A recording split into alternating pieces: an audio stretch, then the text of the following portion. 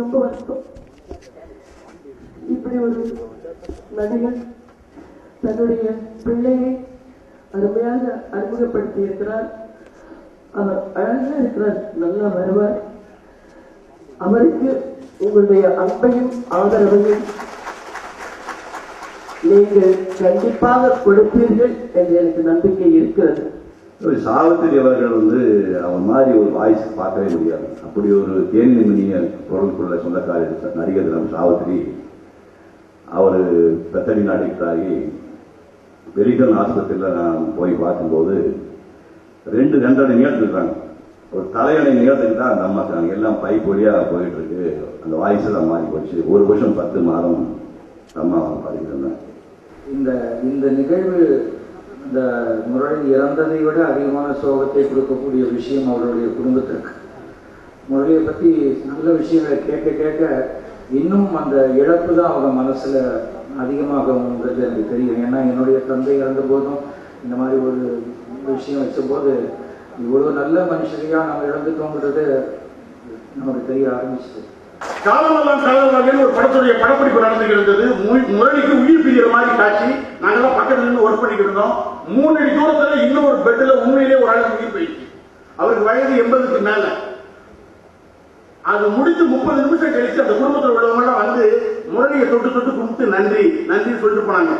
நான் சொன்னேன் எதுக்காக அப்படின்னா, அந்த குடும்பம் ஏழை குடும்பம், அவங்களுக்கு போதுமான பண வசதி இல்ல, கஷ்டப்படுறாங்க. அதனால நான் வெளி உலகத்துக்கே தெரியாத தான தர்மம் செய்த மிகப்பெரிய வள்ளலாக வாழ்ந்தவன் என் நண்பன் முரளி.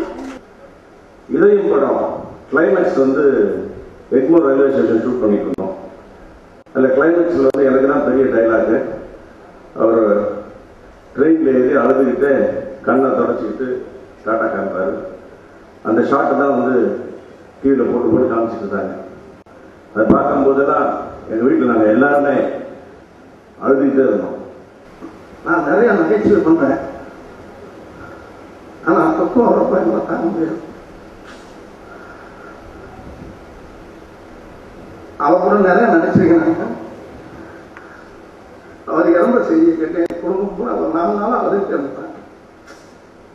என்னால் அடக்க முடியாது. என் அண்ணன் சொன்ன மாதிரி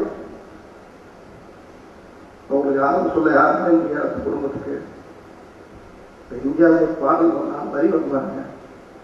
நான் முரளி வீட்டுக்கு அவங்க குடும்பத்தை பார்க்க போனது ஒரு நண்பர் வந்திருந்தாரு. அந்த நண்பர் பெயரிச்சுவரன் அவர்ல அவர் சொன்னாங்க, நான் இன்னைக்கு உயிரோடு இருக்கிறதுக்கான முரளி தான். நான் ஹாஸ்பிட்டல்ல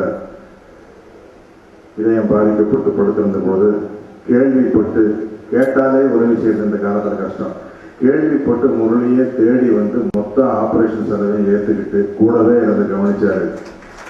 சின்ன பிள்ளைன்னா ஸ்கூல்ல படிக்கும் போது செகண்ட் ஸ்டாண்டர்ட் 4th ஸ்டாண்டர்ட் வருதில் எனக்கு இதை படிச்சுக்கலாம். அப்போ இன்க்ரிமெண்ட் கொடுத்துட்டு அவனுக்கு பண்ணிட்டாங்க. ஸ்கூல் பார்த்தோன்னா ஒரு மாசத்துக்கு 4 ஷூ வாங்கி கொடுக்கணும். நடந்துட்டு போவாரு. போனா யாருக்கு ஷூ இல்லையோ அவங்க ஏஜ்காரங்களுக்கே ஷூ போட்டுட்டு வெறுங்கால நடந்து வருவார். சாப்பாடு கொடுப்போம். சாப்பாடு கொடுத்தா அவன் யாராவது கேள்வி பார்த்தாங்கன்னா நாங்கள் உட்கார வச்சுட்டு சாப்பாடு ஊட்டி